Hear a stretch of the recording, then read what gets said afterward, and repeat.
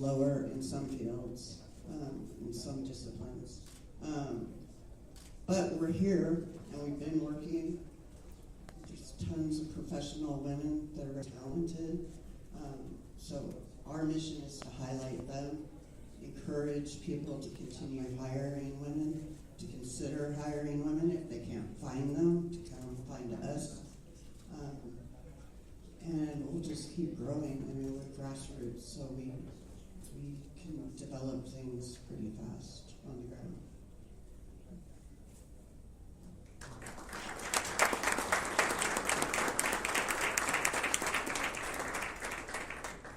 Hola, buenos días. Mariana García, Escaleta.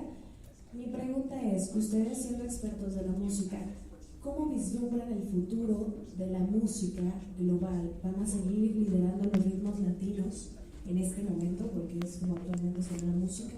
¿O cómo ven ustedes y qué es lo que proyectan a futuro en cuanto al sonido, en cuanto a la música y a los géneros que vienen a futuro? Gracias. ¿Quieres dirigir la pregunta a No, es abierta, es abierta. Mark, maybe you want to answer this?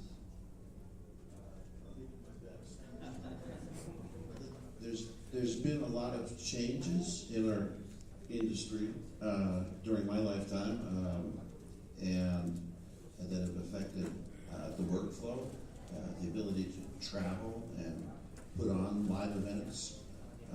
In my lifetime, we've gone from fairly small to fairly large analog consoles, and then suddenly the workflow changed with digital consoles. Now we could email our file to the vendor in a new continent and simply get on the plane and maybe bring a couple of microphones with us and be up and running on a new continent with a show that didn't require all of the production to go into travel and make the trip, saving the vendors lots of dead time, saving the producers lots of transportation expense.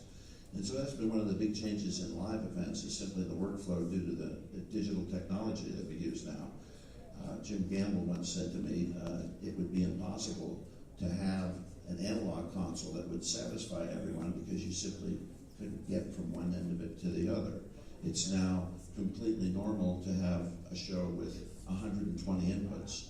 It's not unusual. In fact, it's fairly common. It's common enough that the console manufacturers have all been pushed up above the 96 channel limit.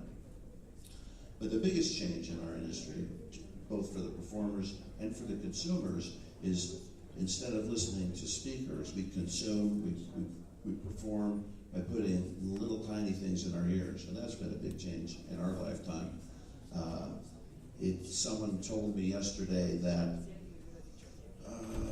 about 70% of music is consumed with personal monitoring devices, and I would say that's about the same ratio for live performance, that the performers, 70% of performers are using in-ear monitors as well. So, and the growth in in-ear monitors, now that we're into the third decade of the manufacture of these devices, they've gotten extremely good, and they will continue to get better. So I would say those are the two big changes. The digital revolution and the in-ear revolution have completely changed how we go about doing things. Our paintbrushes have become different. I think we're still striving to achieve the best way to produce, record, perform, and use these instruments, and it's only going to get better. As soon as the recording industry realizes that people consume music by putting things in their ears instead of listening to a pair of stereo speakers, that will continue to push the revolution in music production, so that when you put your headphones on, it's the best sound that you can get for that album, for that music. And so I would say those are the two things for me. And anyone else that has a comment, please jump in. Yes, for me, what I see as the biggest change that has happened is the fact that the technology has become so pervasive meaning anybody has access to it, and it's affordable, and it's convenient, and all of these elements are becoming more important to a lot of audio music listeners.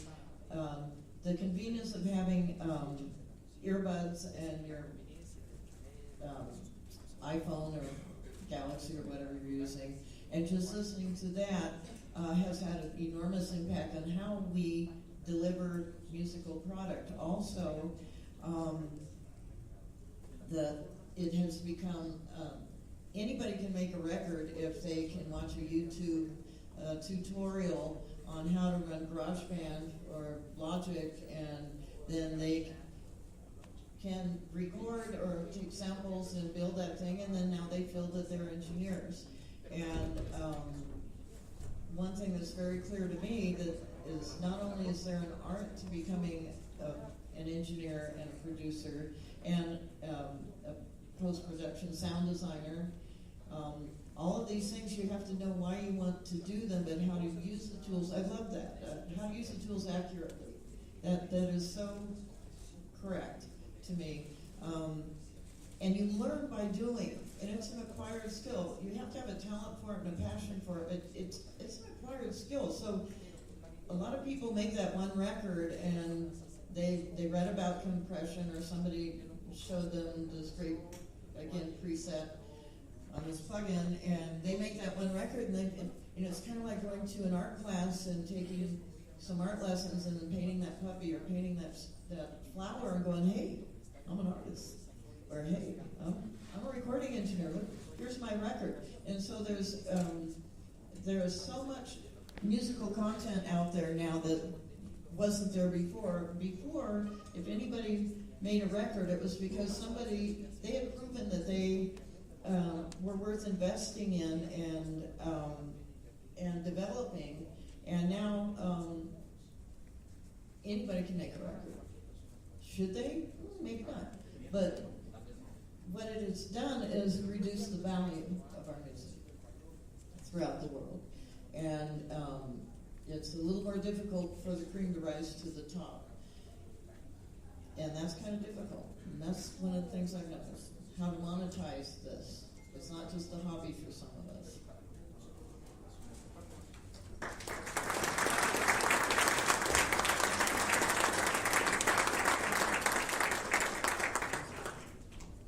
Hola, buenos días. Mi nombre es Alejandro. Esta pregunta es para Mark Twain. Mark, hi, good morning. Welcome to Mexico. I would like to ask you, now talking about technology and that it appears that technology is taking over the world. Do you think that good musicians, professional musicians, still matter?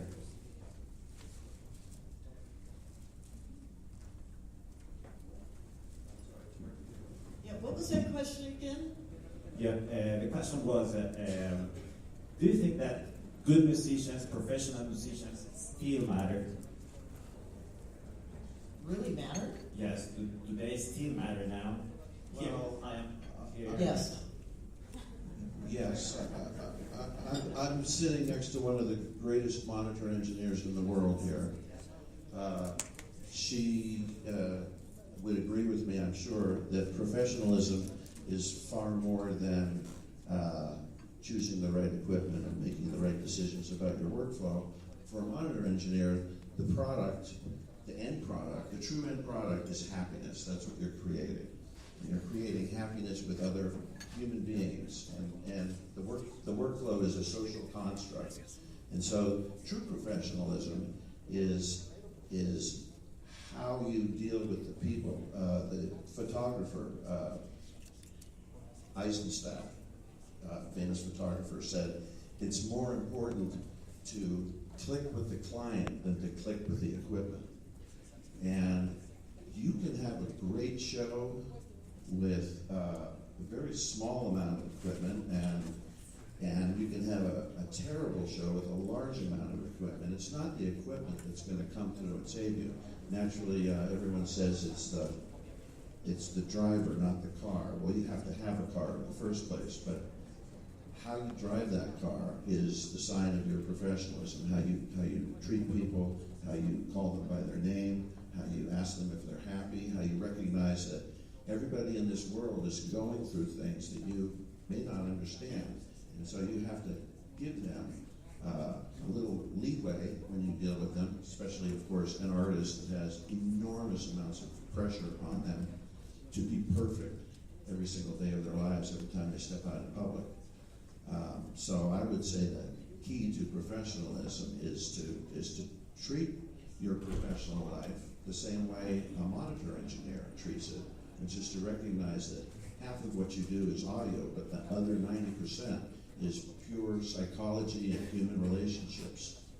So that would be my answer. But first of all, I really want to congratulate the AES and Soundcheck relationship. You have clearly the finest trade show in all of Latin America, and it's better than half the ones in North America, by far.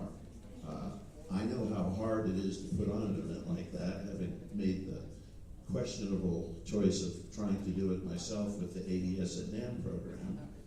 And the success of this program is underlined by the presence of every one of you here who all barely fit in this room. So my hat is off to you, sir. Nos vamos con una última pregunta, por favor. Una última pregunta. Buenas tardes. Si te pones de pie, por favor, si eres tan amable. Si te pones de pie, por favor, para que vean. Gracias. Buenas tardes, yo soy Juan Carlos Flores de Negocios de la Música TV.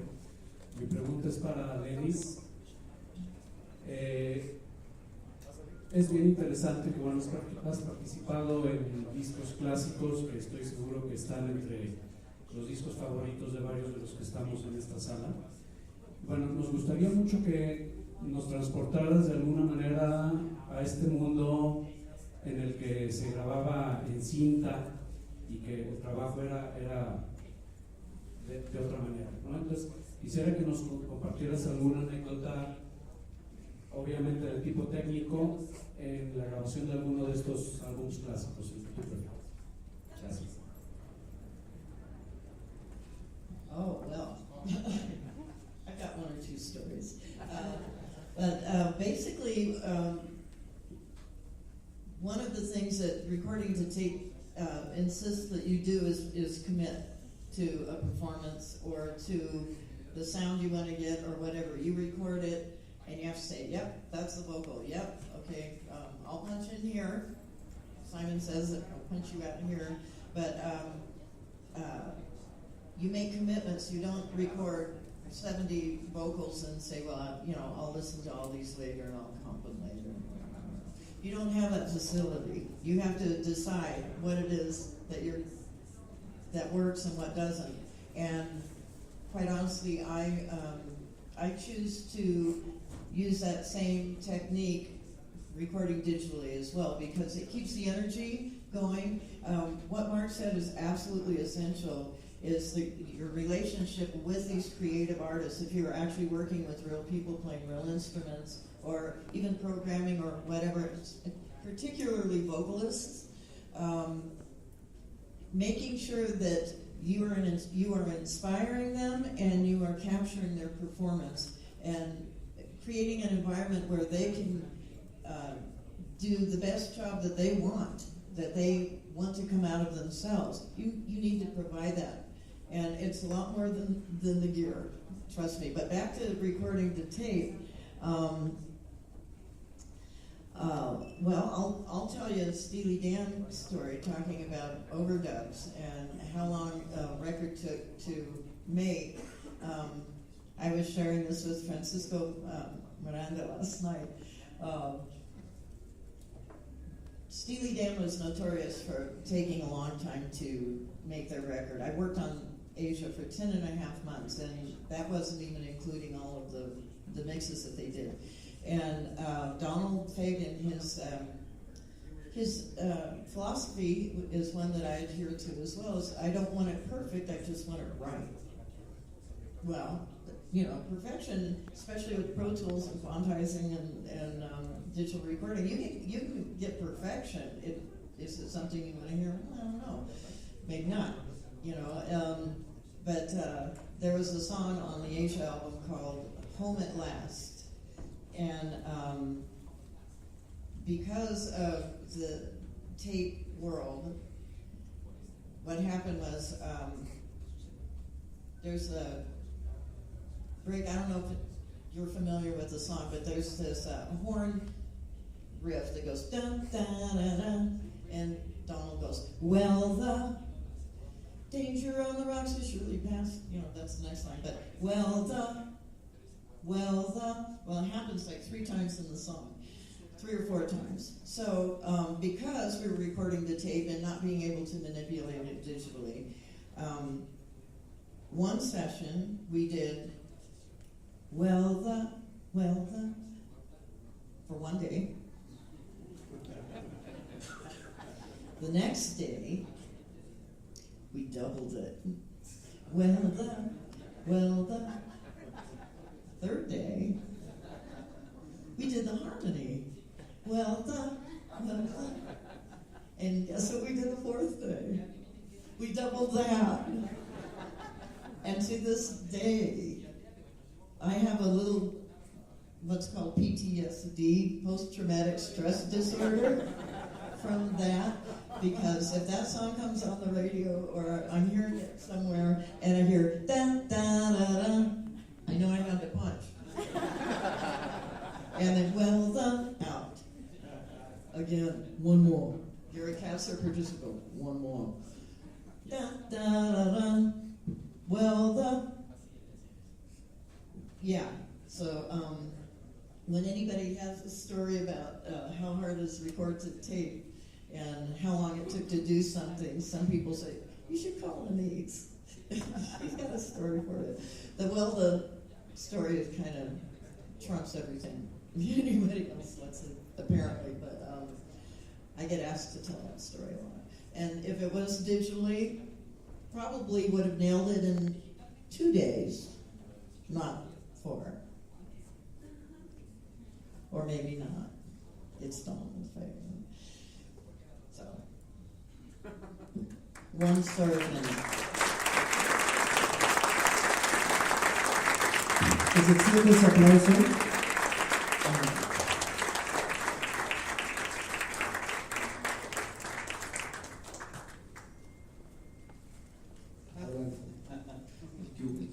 Perdón, estaba embelesado con lo que decía Denise. Infinitas gracias a las palabras de Mark. Un fuerte aplauso, Mark. Thank you, thank you, thank you. La gran y humilde señora de la ingeniería, Carrie Guys.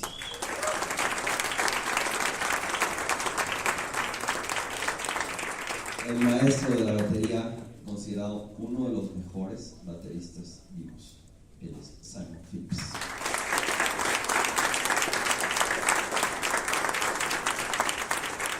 No les mentí, la agradable, juguetona y divertida Lenise Bennett.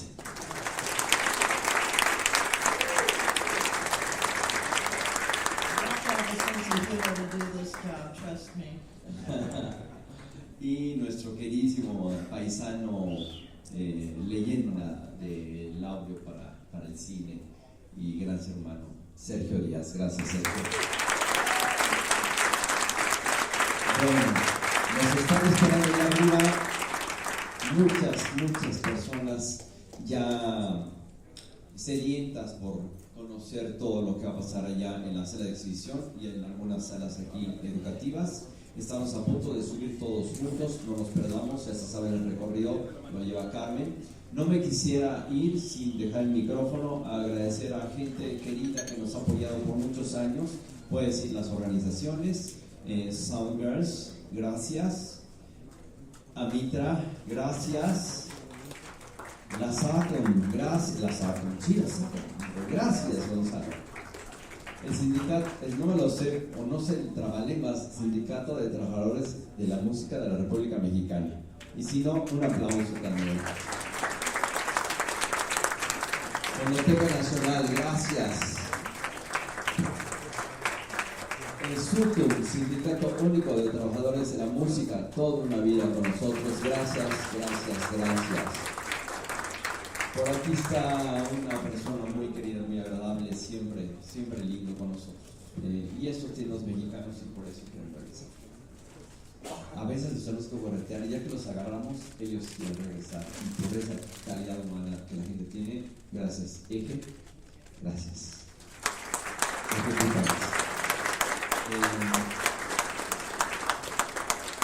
Allá arriba menciona a todos con una lista. Estaba AES, no ha llegado, y estaba aquí, no lo veo ahorita, de Uruguay, César Alonso, pero ya me están haciendo ojitos, nos tenemos que ir. Gracias, gracias a todos. Subimos. Juan Lino, acá está. Amiga, gracias amiga. Gracias. Acción Mexicana de Estudios de la Relación. Y ahora sí, nos paramos y nos ponemos guapos para la foto Tomamos una oficial. foto, por favor, gracias. Aplauso una vez.